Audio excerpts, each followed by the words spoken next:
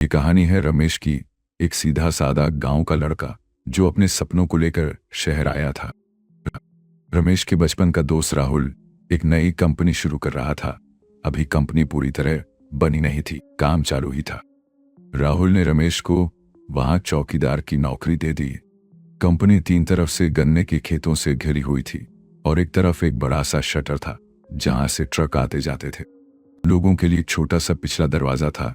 रमेश हमेशा उसी रास्ते से आता था। रात को आता, बाइक साइड में पार्क का और अंदर चला जाता। एक रात रमेश को बहुत जोर की भूख लगी। सोचा कुछ खा लूं, लेकिन पास की दुकानें बंद हो चुकी थी।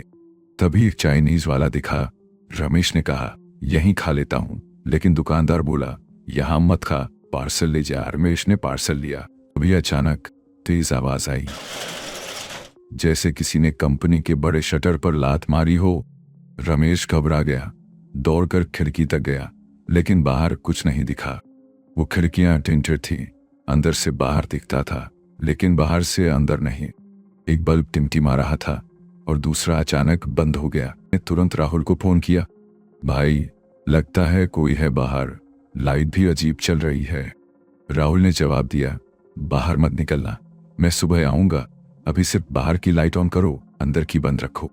रमेश ने वैसा ही किया और फिर सोने की कोशिश करने लगा, लेकिन कुछ ही देर बाद फिर आवाज आई, जैसे कोई प्लास्टिक फट रही हो।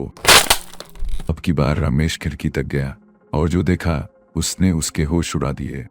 सामने राख का इंसानी आकार घूम रहा था, जैसे कोई जल चुकी आत्मा हो।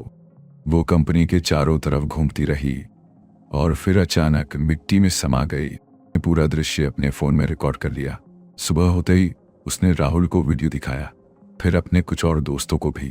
लेकिन अजीब बात यह थी, वो वीडियो सिर्फ रमेश और राहुल को ही दिख रहा था, बाकी सबको बस अंधेरा दिखाई दे रहा था। डर से दोनों एक बाबा के पास गए। बाबा ने ध्यान लगाया और कहा, तू रात को जो चाइनीज खाया था उसी के साथ एक भटकती आत्मा तेरे पीछे आ गई। लेकिन कंपनी के अंदर भगवान की तस्वीर थी, इसलिए वो आत्मा अंदर नहीं आ सकी। उस दिन के बाद रमेश ने कभी बाहर का खाना नहीं खाया और आज भी उस रात की यादें उसके जहन में ताज़ा हैं।